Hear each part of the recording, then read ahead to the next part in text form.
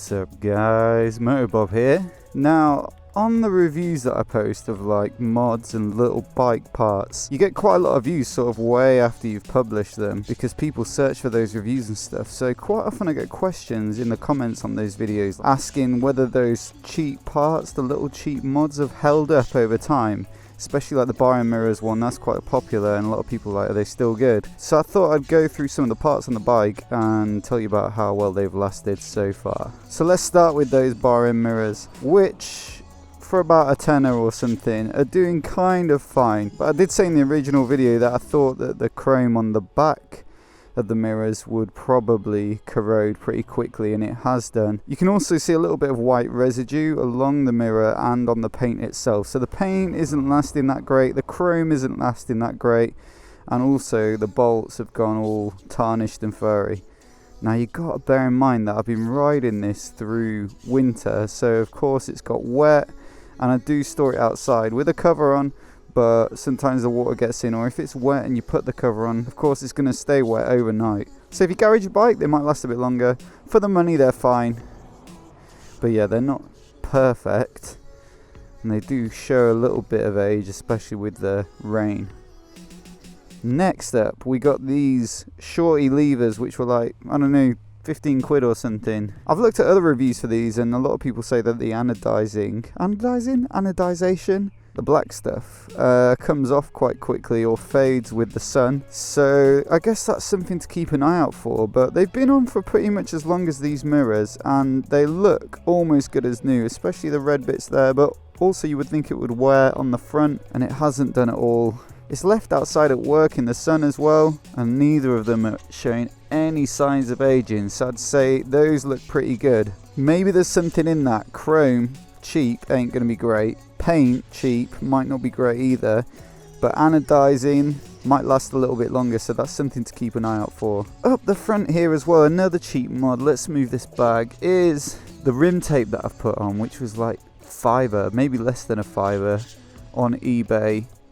And I think when you're sticking stuff on, if you do a good job of getting the surface clean, take your time over it, make sure it's not too cold when you stick it on, then hopefully you should be alright. One piece of this rim tape on the back wheel did start to peel off where I'd kind of overlapped the sections, because it comes in 4 sections. But fortunately there was enough left in the packet to put another piece on, so I just stuck that over. When I did the rim tape, I also put these little gold dust caps on. They look alright as well, even though they've had quite a bit of rain. They're plastic, they look like metal, but they're actually plastic.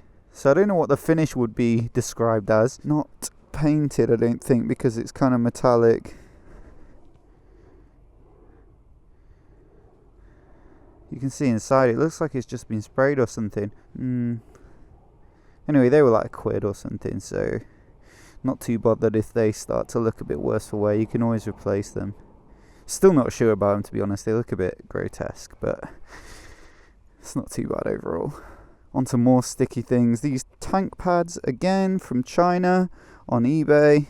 A little bit of polish that I haven't managed to clean off in there, but again with that and the tank protector there, both of those I really took my time over sticking them on, and they have lasted okay. I can see that there's a tiny gap down the side of this one, but the other one's stuck fast, and this has showed no signs of peeling either so far.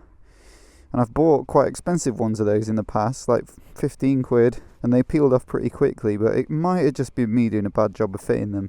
The exhaust is stainless steel. I guess you could call that a cheapish mod. That comes up fine if you give it a decent clean. It's a little bit hard to get at the other side, but generally that looks quite good. Now, I'm not sure if I'd call this a cheap mod as such, but it wasn't the most expensive one you could get, and that's this Hugger Pyramid Plastics, which is a decent brand. But I had quite a bit of trouble with this. I had to get a replacement because the first one cracked when I fitted it. And then this one, it's been hitting under the tray there, and it's caused it all to split. So it looks pretty awful. I also left the lock on the sprocket the other day and set off, so I've actually snapped that bit too.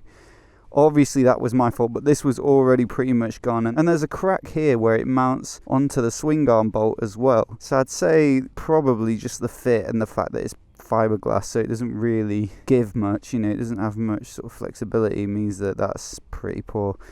Like I say, it wasn't technically that cheap. 80 quid, but in terms of huggers, that was the cheapest one I could find.